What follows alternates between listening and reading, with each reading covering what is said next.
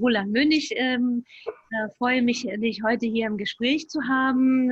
Wie man sieht, du grüßt aus deinem Museum mit einer antiken Skulptur im Hintergrund, die dir fast sozusagen auf der Schulter liegt. Dein Museum ist in Wuppertal. Wie ist es denn im Reigen der starken rheinländischen Museen angekommen zu sein? Oder wo genau liegt Wuppertal jetzt eigentlich und in welche Richtung streckst du deine Fühler aus? Ja, ich freue mich sehr, dabei zu sein erstmal bei diesen Talks. Und vorab kann ich auch sagen, ich fühle mich sehr wohl im Rheinland. Es ist sehr schön, wieder hier zu sein. Ich war ja fast 17 Jahre am unteren linken Niederrhein in Kleve, dann 6,5 Jahre im Saarland und jetzt wieder zurückzukommen in die Region Düsseldorf, Köln mit Wuppertal als dem Zentrum. Ist natürlich eine sehr schöne Erfahrung. Vielleicht noch eine kleine Korrektur. Wir sind hier ein tolles Museum mit einer unglaublich reichen und kompakten Sammlung. Antike, jedenfalls in dem Format, haben wir nicht. Die melancholische Dame, die mir über die Schulter guckt, das ist Penelope von dem klassizistischen Bildhauer Afinger.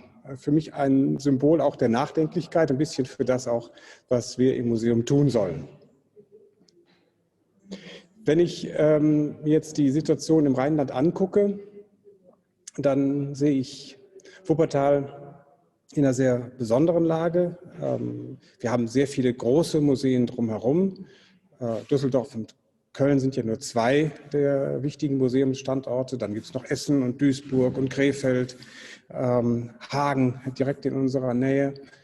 Es ist eine sehr reiche Region. Es gibt kaum etwas Intensiveres, was das betrifft. Aber das von der Museum hat für mich eine besondere Lage, weil es bei seiner Kompaktheit, bei einer begrenzten Größe in den Ausstellungsräumen doch einen enormen Reichtum hat in der Sammlung. Um diese Spannweite, die wir abzubilden, in der Lage sind, in einer anderen Stadt zu sehen, muss man mindestens in 2, wenn nicht in 3 Häuser gehen. Das ist jetzt meine steile Ansage und darauf freue ich mich persönlich sehr, diesen Reichtum in den nächsten Jahren entfalten zu dürfen mit einem tollen Team an meiner Seite. Und mit Penelope.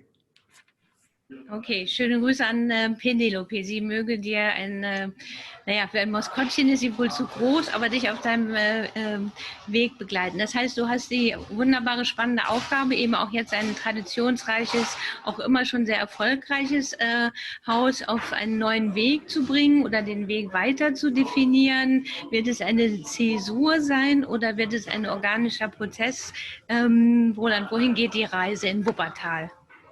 Wie ist Penelope eine gute Ratgeberin? Penelope hat ja die Haupttugend der Geduld, das heißt der Blick auf die lange Sicht. Und ich glaube, dass das, was Museen tut, immer auf die lange Sicht ist und immer mit Geduld zu tun hat. Und nach meiner Erfahrung ist man klug beraten, diese Geduld in den Prozessen mitzubringen und nicht auf abrupte Brüche zu setzen. Ich würde meine Aufgabe darin sehen, das Haus konsequent aus dem weiterzuentwickeln, was es hat. Aus der großen Sammlung, aus der Beziehung auch in der Stadt zu den Bürgern. Dadurch ist das Museum entstanden um 1900 und daraus ist es groß geworden, dass die Menschen uns so intensiv begleiten, dass sie teilnehmen an allem, was wir hier machen.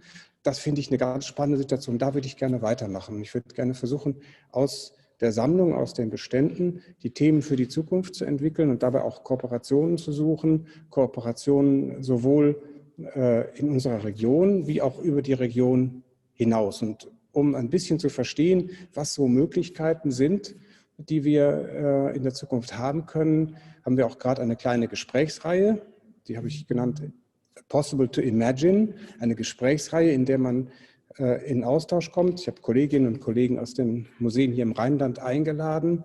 Eine Gesprächsreihe, in der man in Austausch kommt darüber, was heute in Museen möglich ist und was in Museen nötig ist. Das ist für mich auch ein bisschen ein Versuch zu verstehen, was tun die anderen, was kann unsere spezielle Rolle sein. Also ich würde gerne auf eine kontinuierliche, auf eine langfristige Entwicklung setzen.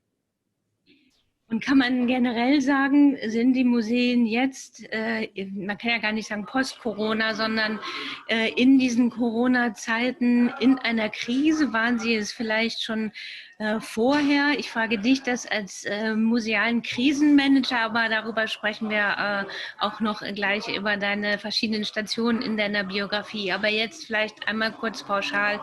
Sind die Museen in dieser Zeit in einer Krise, was Besucher, was Inhalte, was Reichweite angeht? Für mich ist Krisis ja erstmal im ursprünglichen griechischen Wortsinn ein positiver Begriff, weil es einen Wendepunkt, auch einen Aufbruch markieren kann.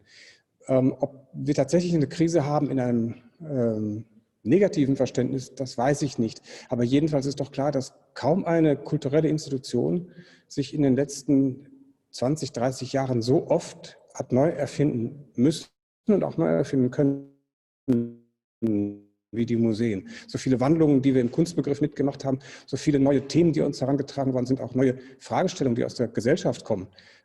So viele Formatwechsel hat es kaum in einem anderen Betrieb im Kultursektor gegeben. Also deswegen glaube ich, auch wenn wir einen Wendepunkt haben, auch wenn wir eine Krise haben im griechischen Sinne, das Museum ist als Institution gut aufgestellt, um das zu machen.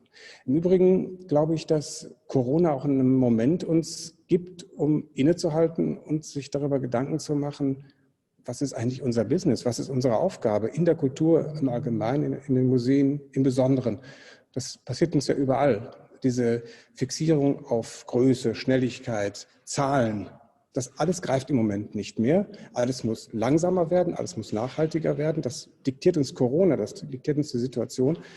In allen Dingen müssen wir die Grundlagen befragen. Und wenn ich im Moment den Publikumsverkehr hier im Haus sehe, dann finde ich es eigentlich sogar eher ermutigend. Wir haben nicht unglaublich viele Besucher, sehr viele Institutionen verlieren ja im Moment auch Besucher, aber wir sind als Museen doch kontinuierlich da. Wir sind fast das einzige stehende Angebot im Kulturbetrieb. Das einzige Angebot, auf das man sich im Moment wirklich verlassen kann. Und ich glaube, daraus kann auch eine Stärke erwachsen. Und ich sehe uns eigentlich in einem Moment, in dem wir vieles nachdenklich betrachten können und müssen, aber auch in einem Moment, in dem wir auch eine Energie von Aufbruch nutzen können, in dem wir unsere eigene Aufgabe nochmal neu definieren und fragen, was ist uns eigentlich wichtig und was sind die Themen in der Zukunft, die uns angehen.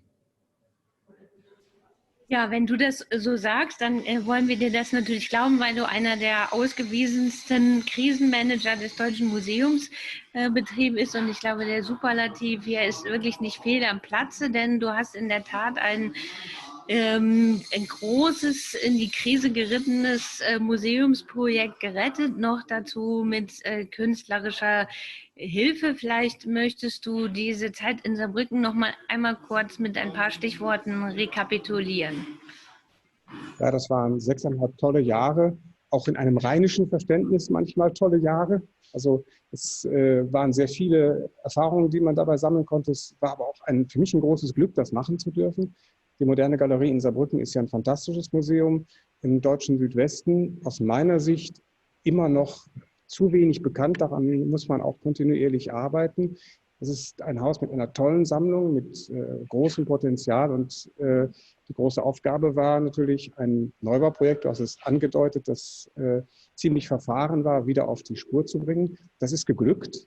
Und seit der Erweiterung, an der die Architekten Kühn Malvezzi und der Künstler Michael Riedel ganz entscheidend mitgewirkt haben, ist aus meiner Sicht im deutschen Südwesten ein Ort entstanden, mit dem man wunderbare Projekte machen kann. Und ich bin sehr gespannt, wie meine Nachfolgerin es in Zukunft machen wird. Ich werde immer wieder gerne hinfahren und gucken, was passiert und wie die Dinge sich entwickeln. Ja, hinfahren würde ich aber sagen, ist die nächste Destination in diesen reiseeingeschränkten Zeiten dann doch die Art Cologne.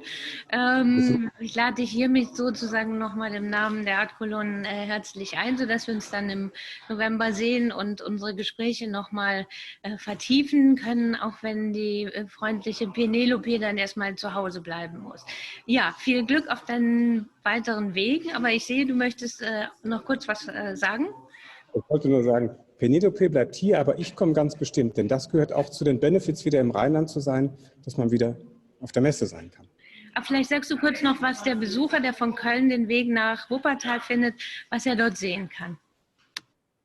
Das ist eine gute Gelegenheit, die ich gerne wahrnehme. Wir haben im Moment 3 Angebote tatsächlich, die sehr, sehr spannend sind. Wir haben einen Parcours durch unsere Sammlung von ungefähr 1800 bis in die Gegenwart. Deswegen sage ich, es gibt hier ein Angebot, das man an anderen Orten nur in 2 oder 3 Museen sehen kann. Ein Querschnitt. Dann gibt es eine fantastische Ausstellung über Hans-Jörg Voth, einen der großen Stars der Landart in Deutschland in den 70er bis 90er Jahren. Eine richtige Wiederentdeckung. Und das 3. Thema werden wir in wenigen Wochen eröffnen. Das ist eine Ausstellung, die sich aus Anlass des Engelsjahres, der große Sohn der Stadt Wuppertal, Friedrich Engels wird 200 Jahre alt in diesem Jahr oder wäre es geworden. Aus Anlass des Engelsjahres zeigen wir, wie die Kunst reflektiert, was an industriellen und gesellschaftlichen Umwälzungen in den letzten 200 Jahren geschehen ist. Und das ist, glaube ich, eine sehr, sehr spannende Ausstellung, die wir da zeigen können. Und nochmal ein Beweis der Stärken, die das Haus besitzt. Wir haben wunderbare, hochrangige Leihgaben dabei, aber ein Gros, eigentlich die Basis dessen, was wir hier machen, kommt aus unserer eigenen Sammlung. Ja, vielen Dank und wir sehen uns in Köln, sage ich mal. Wir sehen uns in Köln. Bis dahin, mach's gut. Dann. Tschüss.